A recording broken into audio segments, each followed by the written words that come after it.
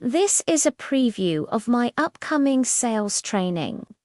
Now we are going to talk about 3 proven techniques that will allow you to sell anything, anytime, to anyone.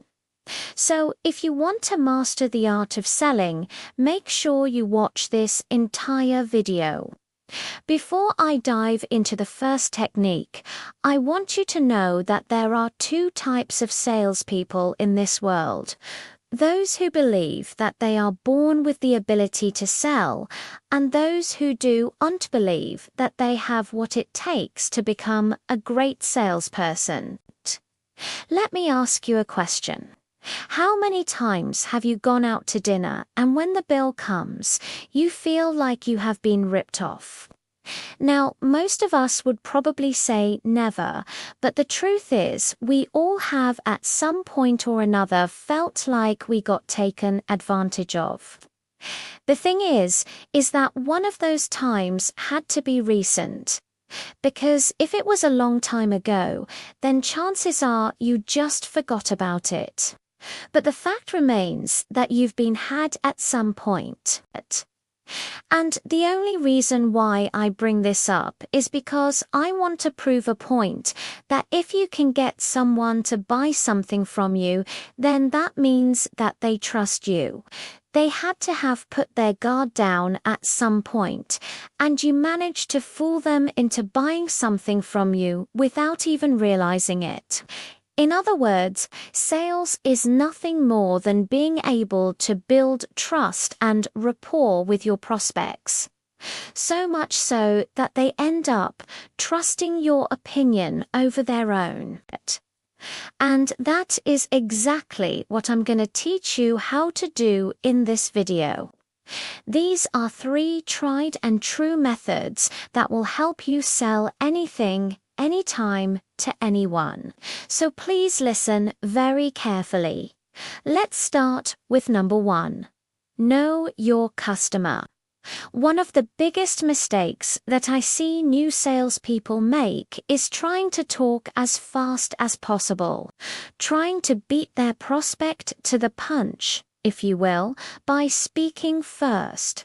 And that makes sense because they want to get their foot in the door, right? It's human nature for us to want to protect ourselves. So the faster we speak, the less likely our prospect has an opportunity to interject. But here's the harsh reality.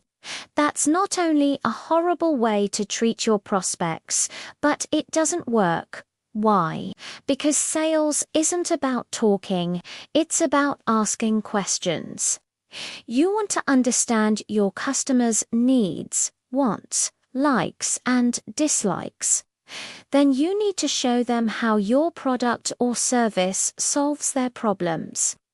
This is called need satisfaction selling, and it's based on the simple premise that if you can satisfy your customers' needs, then they will be more likely to buy from you. To do this properly, you need to engage in active listening. Active listening involves paying attention not only to what they're saying, but also how they're saying it. For example, if they are using lots of negative language, then it's likely that they are unhappy with something. If they keep interrupting you, then it's a sign that they are disinterested. If they avoid eye contact, then it could mean that they are uncomfortable. All of these things are cues that you need to pay attention to. They tell you what kind of approach would work best for this particular situation. For example, if you notice that your customer is using a lot of negative language, then you might want to try a more empathetic approach. On the other hand, if they are constantly interrupting you, then you might want to be more assertive. If they are avoiding eye contact, then you might need to be more patient. The bottom line is that you need to be aware of the verbal and non-verbal cues that your customers are giving off. Then you need to adjust your approach accordingly. Now, let's move on to know your product. This might seem obvious, but I cannot emphasize enough how important it is to know your product inside out. Not only do you need to understand the features and benefits of your product or service, but you also need to be able to address any concerns that your prospect might have. For example, if you're selling cars, you need to know every last detail about the vehicle, including its safety features, fuel economy, horsepower, torque, etc. You should also be able to explain the different financing options that are available.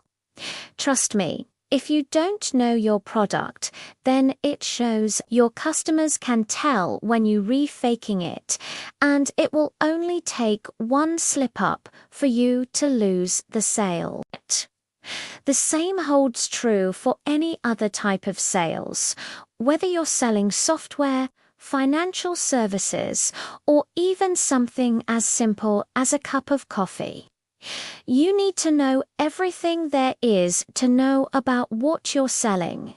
Otherwise, you're just wasting your time and your customers' time. So take the time to learn everything you can about your product. Make sure you can answer any question that your prospect might have. And don't try to fake it. Your customers will be able to tell.